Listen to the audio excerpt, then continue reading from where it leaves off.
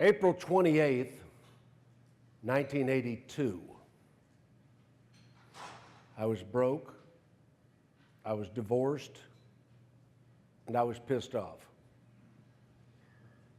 I was sneaking out of my apartment in the middle of the night, packing every earthly possession into my 1973 buy here, pay here car. Here I was, 35 years old, starting over again. I don't know how many people can relate to starting over again. But here I was, broke, divorced, pissed off, sneaking out of my apartment 3 days before the rent was due, leaving the town where I had been raised, headed for Atlanta, Georgia, where I had never been before. I tied the mattresses up on top of the roof, all wrapped up in plastic. That was a Lincoln Continental, a 1973 Lincoln Continental. Anybody remember that car? 25 feet long, you couldn't see the hood ornament in the fog. I mean, I'm driving this sucker up I-75 in the middle of the night, mattresses tied to the roof. $400 to my name that I borrowed from Mom on the way out of town. Don't think I ever paid it back. As I drove up I-75 that night, I had a lot of time to think. And I made several decisions that night. Decision number one, I will be a success. Not that the people in this room are not successful, you certainly are. But the challenge is, are you as successful as you should be, deserve to be, capable of being? Are we operating at a level below our capacity? As I said in the beginning of this presentation this morning, I had become an executive manager, operating far below my ability. Are you doing the best job you can possibly do? And the answer is certainly no, you're not. And that's to be celebrated. Because the moment you begin to believe you're doing the best job you can possibly do, you're getting all you can possibly get. You need to believe there's more, that you can do more, be more, have more, achieve more, and produce more than you now are. We get complacent. So I made the decision that night to be the best I could personally be, to be a success. You see, personally, I'm a high school graduate from the bad side of Jacksonville, Florida. Poor parents, high school education, can't have a class reunion until my friends get out of prison. Bad place. The car business is my ticket out. The car business is what I do. And I see so many people, like I say, I got in the car business 36 years, 38 years ago, just going to do this till I could find a good job. Then I found out it was the good job. I made $4,500 my very first month selling cars. I had been a general sales manager of a radio station, a major radio station previous to that. I was definitely thinking I had taken a major step down. And I made more money than I ever made as a radio executive. I went on to break every record in that dealership. Now here I was once again on rock bottom, broke, divorced, headed up I-75 in the middle of the night. And the second decision I made is I would study my profession as surely as if I were studying for a master's degree in any other profession. This is what we do. Become a student of your industry. And I tell car sales professionals all the time, if you're sitting there right now thinking that you're going to get another job, leave the room and go get that job right now. Get out of here. Get out of our space. You will never be the $30,000 and $40,000 a month people that I know as long as you are sitting there thinking you're going to do something else. You will never be a success till you commit to the industry. And I tell salespeople that all the time. Make a commitment to the industry. Stop thinking you're going to do something else. Study your profession as surely as if you're studying for a master's degree in any other profession. This is what we do. I'm a 67-year-old man teaching internet. You can learn new tricks, trust me. And I see so many people. I got to Atlanta. I became a manager, an F&I manager. I set world records. I was with Dyer & Dyer Volvo when we went from 40 units a month to 850 units a month in less than 2 years. Now, I wasn't the driving force. I was one of the managers. I wasn't totally in charge, but I was a participant. I was over 5 Atlanta Potamkin properties, the last job I had in the car business. I had a Cadillac dealership selling 500 units a month, 9 out of 12. There's not a 500-unit Cadillac dealership in the universe right now. And I started writing for the magazines after I started this company. And I started this company because of a pay cut. You know, I didn't take the pay readjustment on my pay plan. I started the company in 1986. And I started writing for Auto Age magazine, then I started writing for Dealer magazine. And I was writing articles about how to do F&I, how to do sales management, how to advertise. I was writing articles about how to manage a car dealership. I wasn't thinking politically. And then I put a couple of trademark Ziegler sarcasms in there. And you know why people do sarcasm, because beating the shit out of people is illegal. You know, so I use sarcasm, you know, and the readership liked the sarcasm. And I started doing more political, and then I started mentioning factory executives by name, and then it was off to the races. Because we came to a realization that a lot of things I could say to dealers, you can't. I mean, to manufacturers, you can't. You know, you'd rather not say something, but you love reading me say it. You know? And I think the first factory guy that I really started picking on was Jack Nasser. When Jack Nasser was with Ford, I said he looked like Joe Pesci impersonating Crocodile Dundee. And we started getting phone calls. And I wrote an article back in the 90s to boil a frog. And I don't know, anybody remember that article about how Ford Motor Company was slowly turning up the heat on dealers, and you can boil a frog if you just slowly increase the heat? And that article took off, and I started doing future forecasting. What do I see? And everybody in the industry said that I was totally wrong. I mean, J.D. Power and Associates. I said J.D. Power, Dave Power, is a communist, that he had a secret agenda. And by the way, they do. Understand that the people doing statistics in the car business are doing statistics to steer you into doing certain behaviors that profit them. Your vendors and the manufacturers, there's a lot of false research out there mixed up in impersonating genuine statistics. Are the overwhelming majority of your customers on the internet? Yeah. They would almost lead you to believe nobody just walks in your dealership anymore and shops. Unless you're Cars.com or Edmunds or one of those companies that 100% of your customers came from them, whether they came in through them or not.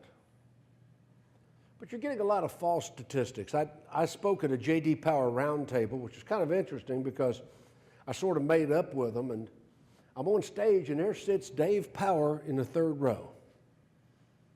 And somebody said, Mr. Ziegler, you called Mr. Power a communist. And I'm looking right at him. What am I going to say? I said, well, I prefer to believe he's reformed. Customer satisfaction is worthless as a reason for a customer to buy another car from you. Customer satisfaction is absolutely worthless. Bill Hurd ethically challenged the things they did to customers was unconscionable. But did I mention they sold 79,000 new Chevrolets in 1 year and repeated it the next year? And most of their customers were repeat buyers? Their CSI really sucked, but their customer relationship management was excellent. CRM trumps CSI every time. managing the relationship is more important than customer satisfaction. And I said on stage, it was in Dearborn, Michigan, right across from the Ford headquarters of Ritz-Carlton. And I'm standing on stage, I said, CSI is worthless. And I'm looking right at Dave Power. I woke up this morning in a Ritz-Carlton hotel. The sheets were smelling so good. The food was excellent. The people called me by my name. I felt like I was being treated like a king. The towels were so fluffy you could barely shut your suitcase. It was. But I did not wake up saying, damn, I'm satisfied. People don't know when they're satisfied. They have no awareness of being satisfied. They only know when they are not. That make sense? They take it for granted they're supposed to be satisfied. It never occurs to them. Customer relationship management is everything, and that's why your CRM system is so important to your dealership. When I make 100 phone calls a day out of my office and I talk to dealers, and I have to say I revisited an old friend the other day, Roosevelt Robinson III, on the phone. And you were surprised because you said, you remember that? I got to admit to you, I didn't remember everything I remembered. I had to pull you up in my CRM and see what notes I had on you. Must have been 10 years since I saw you? Yeah, I mean, I didn't truthfully remember everything that I remembered. But I diary my conversations, and you should be too. If you told me that your daughter was graduating from high school in 2018, it's in my system. Her name is in my system, the school's in my, anything you tell me in a conversation is going in my CRM. Any little personal, and I'll call you back. Hey, did your wife get that promotion? What are you talking? 6 months ago, you told me that she was going to get a promotion to Vice President of State Farm. You remember that, Mr. Ziegler? Yes, I do. That's the personalized part of the whole thing. Right now, the manufacturers are shifting position radically. And it's kind of interesting. First of all, let's talk about Chrysler and Sergio Marchionne. I have bounced back and forth in my articles. Is this guy a genius or a crackpot? And I can go either way depending on how much cognac I have before I write the article. But we ran Fiat out of the, where's my Fiat dealers in the room? Okay, be proud of it. Okay. We ran Fiat out of the country on a rail 20 years ago. Right along, we tarred and feathered Alfa Romeo and rode them out at the same time for bad quality mechanical problems. The latest J.D. Power research on initial quality, Fiat is the very worst car being built in the United States right now, or being sold in the United States. They're showing 146 defects per 100 units. The average is 116. So, are they going to do a repeat performance of what they did a couple years back? 6 months ago, I wrote in Auto Dealer Monthly magazine that Volkswagen was making a run at buying Fiat. And it just came out in Automotive News. They catch up with me about 6 months behind a lot of times, Automotive Snooze. But Automotive Snooze just reported that Volkswagen is indeed making a run on Fiat, and that means they're going to buy Chrysler. When you talk about customer satisfaction, do I have a Volkswagen dealer in the room? Generally, Volkswagen dealers despise their manufacturer more than any other franchise. I mean, the Germans that run that particular corporation are the most arrogant suckers I've ever worked with. And I've had dealers tell me that they hate Volkswagen. And this isn't research. I mean, I'm not an analyst and I don't do analytics. What are the first four letters of those two words? You know, I don't do analytics, but all I do is gut feeling from talking to dealers. I hear so many complaints about the way that the arrogance of the Volkswagen manufacturers. I went to a Volkswagen make meeting and got snuck in on a badge about 5 years ago. We talked about this. The German was up on the stage and the dealers were yelling at him, we can't get enough Passats with automatic transmissions. And the German says, we drive 5 speeds in Germany. But Americans don't drive 5 speeds. They'd rather have automatics. A lot of people don't know how to drive a 5-speed. He said, they will learn. That was the Volkswagen psyche. So Volkswagen has had more 5-year plans than Khrushchev and Stalin and all of them put together. I mean, they're going to dominate the U.S. market, and they do dominate the world market. They've recently regressed in China. They were just kicking butt in China. Now they're going a little backwards. You know what the #1 selling import in China is right now? Buick. Matter of fact, Buick is the premium General Motors car, not Cadillac. They just grounded SRX. Do you Cadillac guys have anything you can sell? You can sell the ELR, that's about it. You know, so many grounded GM vehicles right now. And I'll talk about that in a minute. So it's kind of interesting when you talk about initial quality, and I talked to the group last night about this. The #1 worst quality car in the country right now is the Fiat. The #2 worst quality car is the Cherokee by Chrysler, the Jeep. And it's one of the hottest selling cars in the marketplace. So does quality really matter to the consumer as much as aesthetics of the car? A good-looking car that runs fairly well, they know you're going to fix it no matter how many things break, evidently.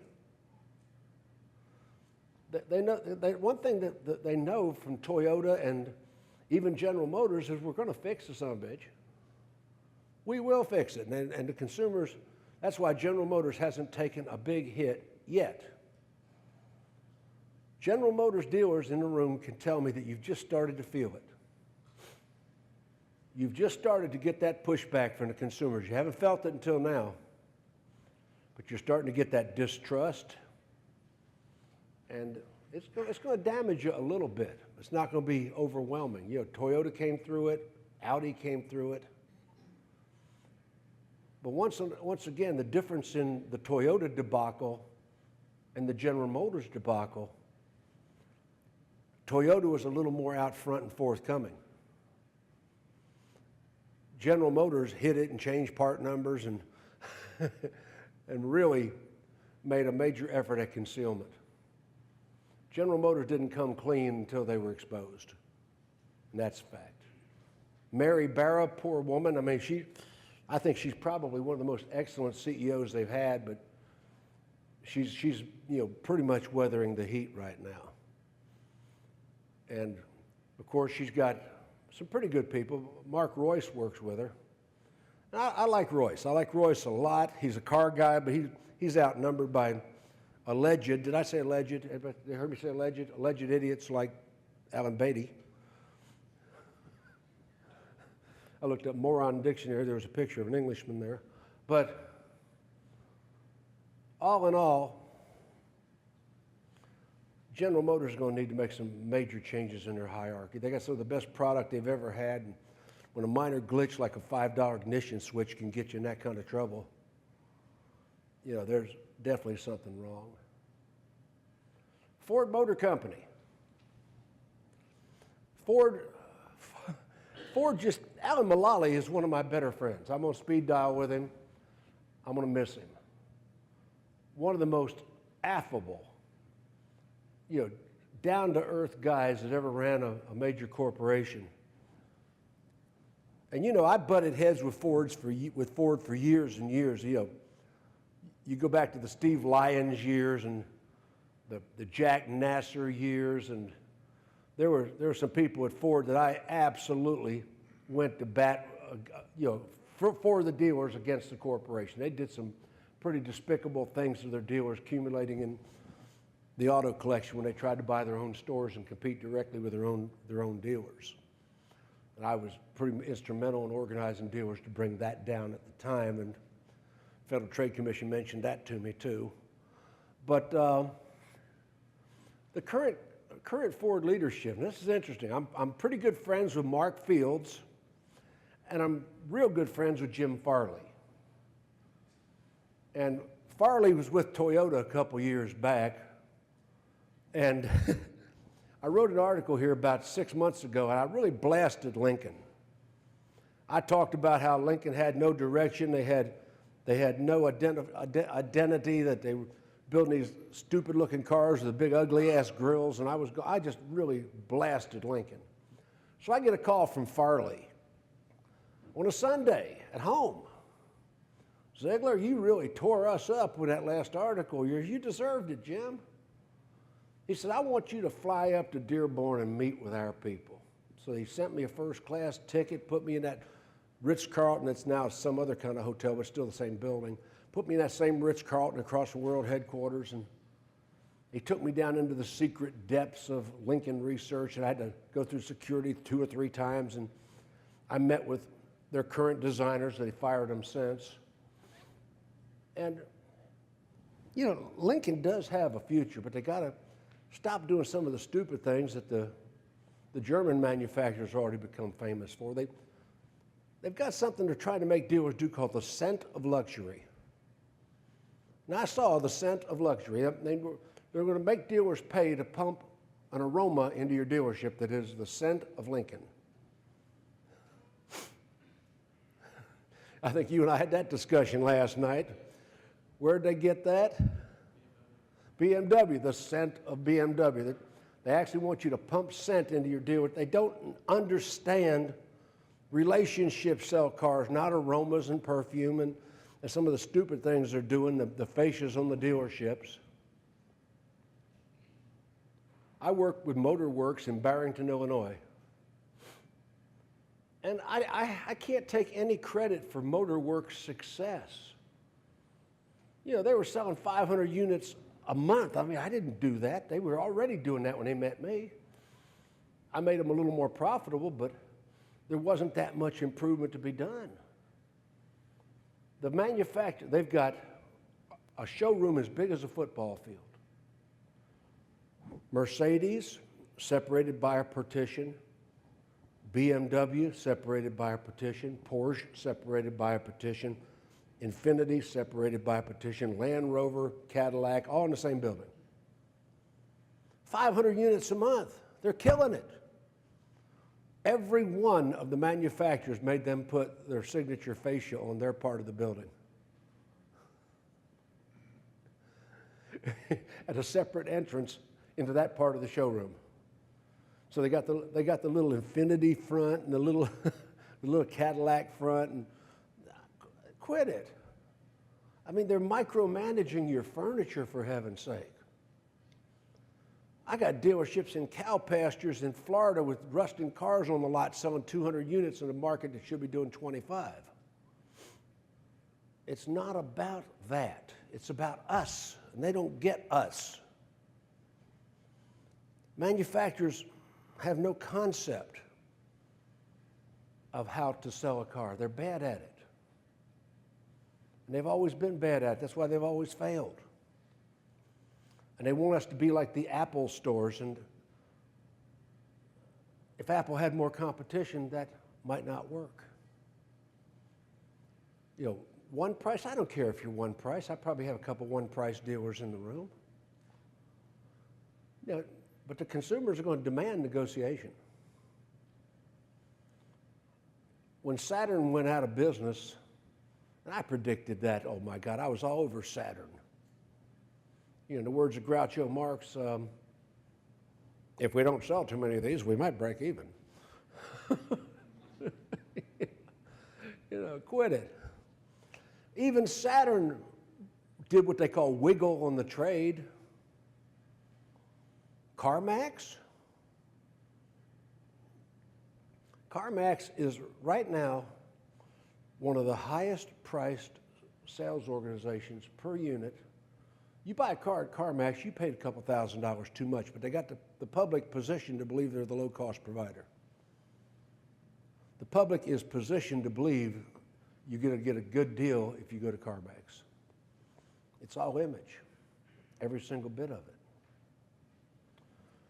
So Farley, I get up there to the Ford World headquarters, and Farley had had a situation with me some years previously when he was with Toyota. Does everybody remember when the Southern Christian Coalition went after Ford Motor Company for gay advertising? Does everybody remember when that happened back in the 90s? You know, they advertised in a couple gay publications, and the Southern Christian Coalition went after Ford and was just barbecuing them. I was looking across the internet, and I was on the internet early, and I came across the Hemp Festival, the Marijuana National Convention in Oregon. And the Hemp Festival was sponsored by Mr. Zigzag Rolling Papers, Joe's Bong Shop, and Scion. I was, oh shit, this is going to be good. Scion, the national manufacturer, was sponsoring the Marijuana Festival. So I wrote about it, and I just barbecued Toyota in the article. Of course, that was Farley's doing when he was with Toyota. He said Jim Press threw the magazine at him and cussed him like a dog. Here, 15 years later, I get to meet him face to face and become friends with him. And one thing I like about Ford is that I have communication with them. I never had communication with any manufacturer as open. And in 2005, I got a call from Mark Fields. And we met at the Bellagio Hotel in Las Vegas, and he came in from the background. I've been really, Steve Lyons and I had been button heads, and Steve Lyons was now out, and it was, I was real apprehensive because I had been really going after the auto collection. I had just led a movement that toppled that, and I had just been involved in toppling the Blue Oval program that I thought was a stair-step oppressive. And at that time, Fields came in the room, and I looked at him, I said, "They are right." And he said, "What?" I said, "You are one pretty man." Because the magazines had written he had movie star good looks. And I said, if we had a nuclear war, I believe your hair would remain intact. Good looking man. But all in all, he and I have gotten to be really good friends in his way. My relationship with him and Farley is quite different. Mullally and I slap backs. I'm going to miss him. Now, Ford's got the aluminum truck coming out. Where's my Ford dealers? Is aluminum going to be make it or break it? This launch better go right because they've had some really terrible launches. This is Mark Fields' test of fire. Mullally's out. He's got to launch the aluminum F-150. He might be a hero, and he might be a very short-lived zero, depending on how this comes off. And, just wait to be seen. They botched Fiesta, they botched Fusion, they botched just about every launch they've had lately. Let's see what they do with this one. And by the way, him and Farley do not get along. Not publicly, they march in lockstep, but I think they strangle each other behind closed doors. So that's going to be a dynamic I want to see play out. Ford right now, it's kind of interesting. Ford and Toyota are the two manufacturers with the most American-built product. Now, Honda's like number 3. Contributing the most to the U.S. economy is basically Toyota, Ford, and Honda. General Motors is so far down the list, they're not even an honorable mention. Because right now, General Motors has shifted their thinking to China. and they're building Buicks in China, and I wrote about it first, and all of a sudden they made the announcement, sort of subtly, about they expect Buick in China to be a major export back to the U.S. And General Motors still, for some unknown, god-awful reason, wants to keep building those damn Opel products and rebadging them as U.S. product. Yeah, they got that whiny-ass German union they're dealing with, and poor quality vehicles, and they keep, remember the caddy that zigs? They keep building that Opel product and keep trying to, they need to disband Opel, put it to bed, get out of Europe with anything but really pure Chevrolet product. Chrysler, it's pretty good to be a Chrysler dealer right now, isn't it? Marchione's done some brilliant things with it. I mean, I always liked this guy before I even knew him. He put Rick Wagner at General Motors together like a two-piece puzzle. What did you take General Motors for $2 billion? You got to admire somebody like that. But I don't know what's going on there. What other manufacturers? Oh, Nissan. If dealers hate Volkswagen, Nissan is running a strong second place. Nissan, once again, Carlos Ghosn, and it's another one of those guys, either a crackpot or a genius, I'm not sure. But Carlos Ghosn comes out with all these unreasonable 5-year plans, stair-step programs, and they've got this new guy, Munoz, and even though he's a little soft-spoken, I got a feeling he's going to eliminate the stair-step programs if he hasn't already done. Where's my Nissan dealers? Nissan? Does anybody here sell any manufacturers at all? Who in this hand will not raise your hand no matter what I said? Okay, never mind. Yeah, Nissan's really got a reputation right now for being hard on their dealers.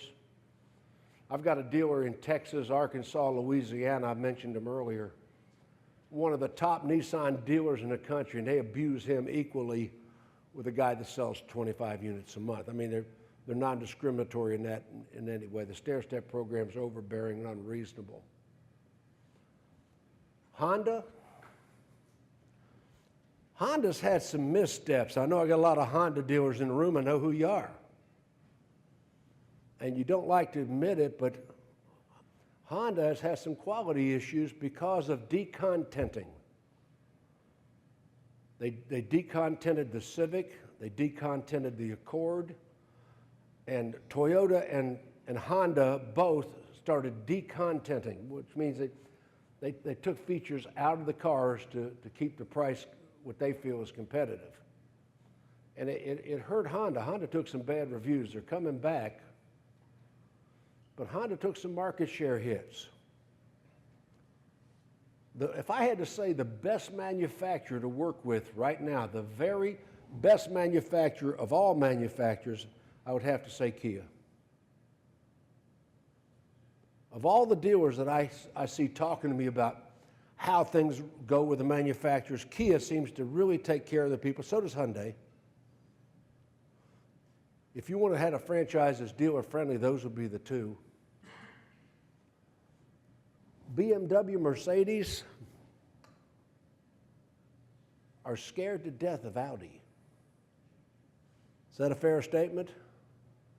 Audi's coming on. For all of Volkswagen's problems, Volkswagen's got quality issues, they've got pricing issues, uncompetitive leases. Volkswagen's got a whole lot of problems that they don't realize or don't recognize.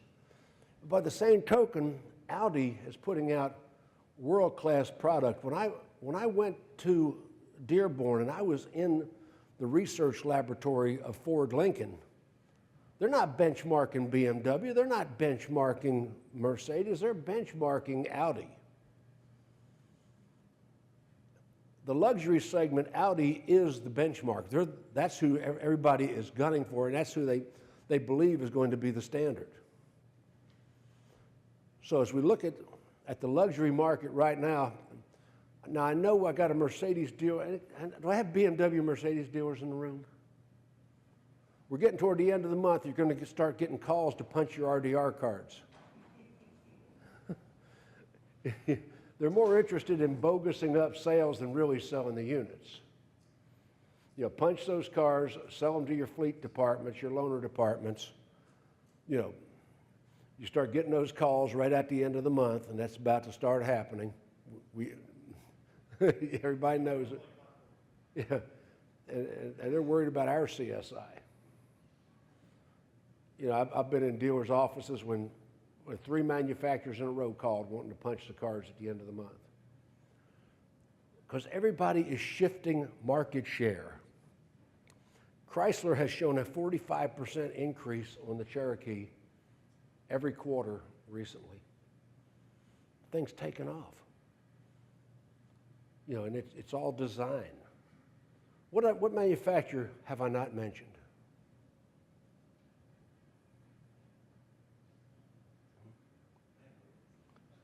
I probably won't. I haven't got a whole lot to say about Land Rover.